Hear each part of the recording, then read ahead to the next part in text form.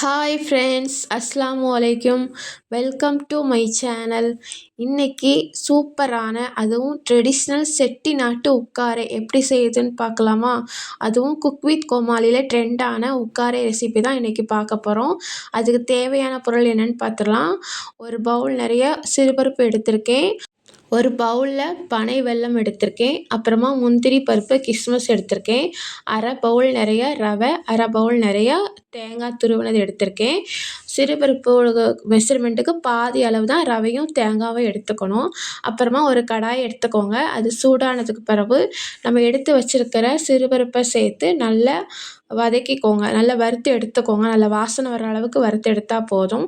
அதை நல்லா கழுவி சுத்தம் பண்ணதுக்கு பிறகு 1 கப் அளவு தண்ணி சேர்த்து 4 விசில் வச்சு எடுத்துக்கோங்க. தண்ணி நிறைய சேர்க்காதீங்க, அப்போ தான் நல்லா கரெக்டாக இருக்கும். அதை இந்த மாதிரி நல்லா மசிச்சு எடுத்துக்கோங்க. நல்லா இந்த மாதிரி பருவத்தில் நல்லா மசிச்சு எடுத்துட்டு தனியாக எடுத்து வச்சுக்கோங்க.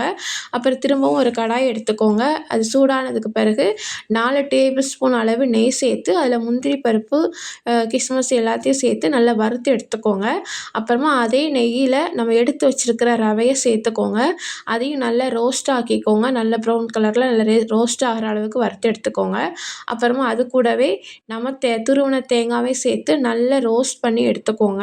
நல்லா இந்த மாதிரி கோல்டன் ப்ரௌன் கலர் வர்ற அளவுக்கு நல்லா ரோஸ்ட் ஆக்கி எடுத்து வச்சுக்கோங்க. அப்புறமா அதே கடாயில் நம்ம எடுத்து வச்சுருக்கிற வெல்லத்தை சேர்த்துக்கோங்க. அது கூடவே அரை கப் அளவு தண்ணி சேர்த்துக்கோங்க. நல்லா அந்த வெள்ளையெல்லாம் நல்லா கரைஞ்சி வரணும். நல்லா கரையிற அளவுக்கு நல்லா கிளறி விட்டுக்கோங்க. நல்லா கிளறினதுக்கு பிறகு கொஞ்சம் அது நல்லா பாகுப்பதம் வர அளவுக்கு நம்ம காய்ச்சிக்கிட்டே இருக்கணும். ஒரு 10 நிமிஷம் அளவுக்கு சிம்மிலேயே வச்சு நல்லா இந்த மாதிரி காய்ச்சி எடுத்துக்கோங்க. இந்த மாதிரி நல்லா இந்த டயத்தில் நம்ம வேக வச்சு எடுத்துக்கிற பாசிப்பருப்பை நம்ம இதோட சேர்த்துக்கிடலாம். நம்ம இந்த மாதிரி நல்லா ஒன்று போல் சேர்த்து நல்லா கிளறி விடணும். அந்த வெல்லமும் அந்த பாசிப்பருப்பும் ஒன்று போல் கலந்து வரணும். இப்போது நம்ம ஏலக்காவும் சேர்த்துக்கலாம், ஏலக்காய் பொடியும் சேர்த்துக்கலாம்.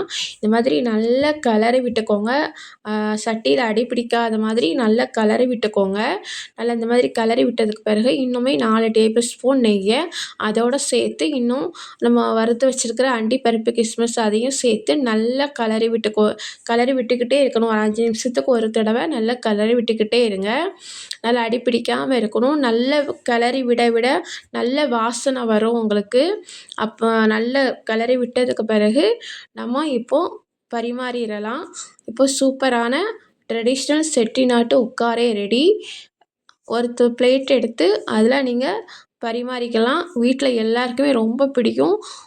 நீங்களும் வீட்டில் செஞ்சு பார்த்துட்டு எப்படி இருந்துச்சுங்கிறத கமெண்ட் பண்ணுங்கள். வீடியோ பிடிச்சிருந்துச்சுன்னா லைக் பண்ணுங்கள், ஷேர் பண்ணுங்கள், கமெண்ட் பண்ணுங்கள். மறக்காமல் சப்ஸ்கிரைப் பண்ணுங்கள். தேங்க்ஸ் ஃபார் வாட்சிங். அஸ்ஸலாமு அலைக்கும்.